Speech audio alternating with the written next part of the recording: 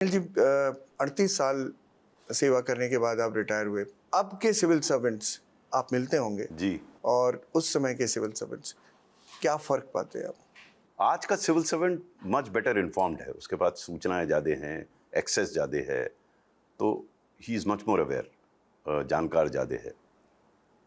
तो जितना मैं लोगों से चर्चा करता हूँ, जो उनको नॉलेज है, उनकी awareness levels are much higher.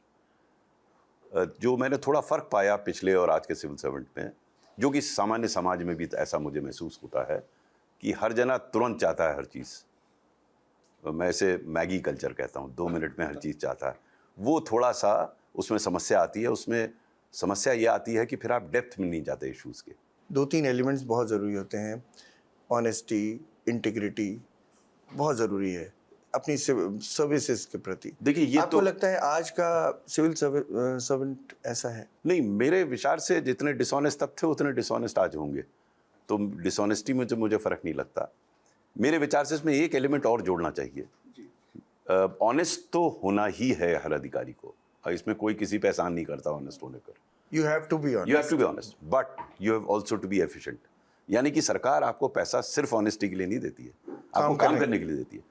तो ऑनेस्टी के साथ साथ आपको धरातल पर काम करना आवश्यक है, पैसा आपको काम करने के लिए मिलता है। मैं एक सवाल इसी में उभर कर आता है, मैंने बहुत सारे आईएएस ऑफिसर्स को देखा जो बहुत डेड ऑनेस्ट होते हैं, वो हर 6 महीने पे ट्रांसफ़र होते रहते हैं, तो उनकी एफिशिएंसी का क्या होता देखिए, ट्रांसफ़र अलग बात है, उसकी भी मैं चर्चा करूंगा, क्योंकि हम में से कई लोग इसको तमगे के रूप में लेते हैं कि हमारे इतने ट्रांसफ़र हो गए।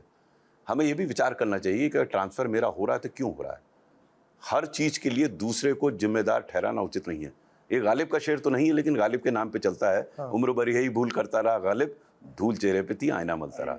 हम अक्सर क्या करते हैं, अपनी समस्याओं का कारण दूसरे में ढूंढते हैं। वो अधिकारियों के साथ भी है, क्योंकि कई जो ईमानदार अधिकारी हैं, ऑनेस्ट अफसारी हैं, उनके साथ समस्या ये है कि वो समझते हैं सिर्फ वो ईमानदार है, दुनिया भ्रष्ट है। वहाँ समस्या शुरू हो जाती है, क्योंकि अगर आप सबको भ्रष्ट मानेंगे तो काम तो होगा नहीं। मैं इसलिए बता रहा हूँ, मेरा व्यक्तिगत अनुभव है। क्या रहा? अपने शुरू के कार्यकाल में मेरे कई ट्रांसफ़र होते थे और उसके मैंने कारण फिर सोचा उसको कि मेरा क्यों जल्दी जल्दी ट्रांसफ़र हो जाता है।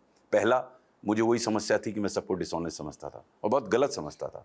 दूसरा, मैं समझता था हर नेता बदमाश है, हर नेता गड़बड़ है, वो भी गलत था। मैंने धीरे धीरे समझ में आया कि नेता उतना ही गलत है, उतना ही अच्छा है जितना मैं हूँ।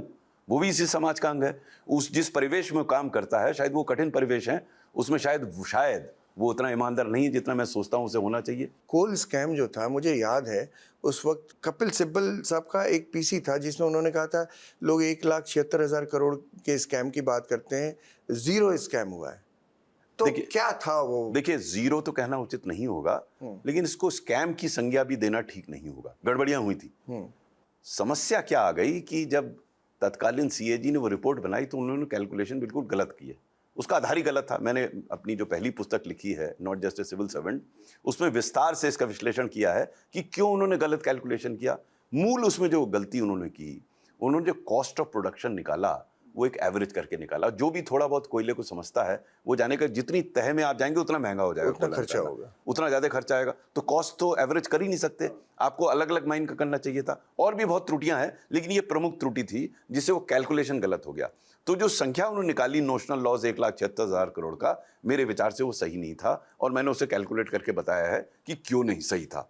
हाँ, गलतियां जरूर हुई कि गलत डॉक्यूमेंट्स पे अलॉटमेंट हो गया, गलत लोगों को अलॉटमेंट हो गया, जो प्रक्रिया निर्धारित थी कई बार उसको फॉलो नहीं किया गया। लेकिन ये कहना उचित नहीं होगा कि जो सुप्रीम कोर्ट ने कैंसिल किया 90 के दशक से लेकर और 2014 तक जितने एलोकेशन थे सब निरस्त कर दिए, मेरा ख्याल वो उचित नहीं था, क्योंकि गलतियां तो हुई थी। इसमें करना क्या चाहिए था, ये सीजीओ को करना चाहिए था कि प्रत्येक माइन का विस्तृत से विश्लेषण करते, सेपरेट इंडिविजुअल, मत जनरल कंक्लूजन नहीं निकलना चाहिए। हर माइन का वो कॉस्ट निकालते, हर माइन का कितना लॉस हुआ निकालते और हर माइन के डिटेल में अलग अलग रिकमेंडेशन देते।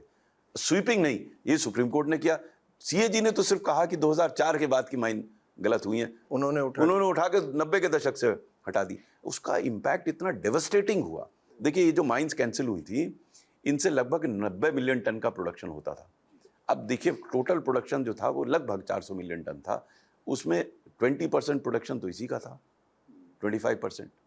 तो अब वो प्रोडक्शन आपका उड़ जाएगा तो यहाँ तो और क्राइसिस हो जाएगी, जो कि हुई उस समय। तो अगर अलग अलग माइंस को देखते और अलग अलग माइन का विश्लेषण करके निकालते तो शायद इतना स्वीपिंग कैंसिलेशन नहीं होता। जिन माइंस में गलती हुई उनका कैंसिलेशन होता। तो आप मानते हैं कि स्कैम हुआ लेकिन इतना बड़ा नहीं हुआ? अब वो स्कैम का मालूम नहीं परिभाषा क्या है। मैं ये कहता हूँ गलतियां हुई, जरूर इसमें करप्शन भी रहा होगा, उनको स्पेसिफिकली आइडेंटिफाई करके उसमें एक्शन होना चाहिए था। ये जो टेक्निकल स्कैम क्रिएट कर दिया और जो कैलकुलेशन कर दिए, सब समस्या उसकी वजह से हुई। फिर बाद में आपको संभालना पड़ा, तो वो अनुभव कैसा रहा देखिए, आपका? वो मेरा अनुभव थोड़ा डिफरेंट टाइप का रहा और बहुत अच्छा अनुभव रहा। शुरू में चैलेंज था। मुझे याद है कि जब मैं कोला सचिव के कमरे में घुसा तो ऐसा लगा जैसे हम शमशान घाट में जा रहे हैं, क्योंकि सीबीआई ऑफिसर्स के अगेंस्ट थी, फाइल्स थी, मेरे प्रीडिसेसर फाइलों के बीच में बैठे हुए थे, मुझे ओएसडी नियुक्त किया गया था। तो शुरू में मुझे थोड़ा सा अजीब लगा, लेकिन मैंने फिर समस्या का कारण ढूंढा। मेरा आदत ये रही है पूरे करियर में कि कोई समस्या आती है तो उसके मैं तह तक जाता हूँ। तो मुझे समझ में आया कि स्कैम समस्या नहीं है, स्कैम तो एक जो दिख रहा है, यानी कि वो कॉन्सिक्वेंस है, कारण है कोल की शॉर्टेज। अगर मान लीजिए कोल की शॉर्टेज नहीं होती तो स्कैम होता ही नहीं, और सो कॉल्ड स्कैम नहीं होता, ये लोग मारामारी भी नहीं होती। तो मैंने पहली रणनीति ये बनाई कि जहाँ एक और ऑक्शन तो होगा ही, ये डिसाइड किया कि कोल का प्रोडक्शन कैसे बढ़ाया जाए। अब समस्या ये थी कि शॉर्टेज तो थी लेकिन अवेलेबिलिटी थी कोयल की, यानी कि इस देश में 300 बिलियन टन, 300 बिलियन टन कोयला का भंडार उपलब्ध है और हमारी रिक्वायरमेंट 1 बिलियन टन भी नहीं थी। आप देखिए, डिमांड भी है, सप्लाई भी है, तो मुलाकात क्यों नहीं हो रही डिमांड सप्लाई की? फिर उस कारण को समझा। वो कारण ये था कि ये कोयला जो है निकालने के लिए जमीन चाहिए, उसके लिए लैंड एक्विजिशन चाहिए, और लैंड एक्विजिशन आसान नहीं है। इसी तरह जो लैंड उपलब्ध है वो फॉरेस्टेड एरिया में है, तो आपको फॉरेस्ट और एनवायरमेंट क्लियरेंस लेनी वो तो और दिक्कत। तीसरा कि फॉरेस्ट एरिया में है तो वहां से निकालने के लिए आपको इवैक्यूएशन। तो समस्याएं और थी, लेकिन ये 3 प्रमुख समस्याएं थी। तो हमने और हमारी टीम ने इन पर बल दिया और इनका समाधान निकाला, जिसके फलस्वरूप वर्ष 2014-15 में 34 मिलियन टन का एडिशनल प्रोडक्शन हुआ। वो बढ़ के एडिशनल 44 मिलियन टन 15-16 में हुआ, जिसके फलस्वरूप हम बांग्लादेश कोल एक्सपोर्ट करने की बात करने लगे। तो जहां एक और टोटल क्राइसिस थी, उसके अगेंस्ट हम एक्सपोर्ट की बात करने लगे कोयले की। तो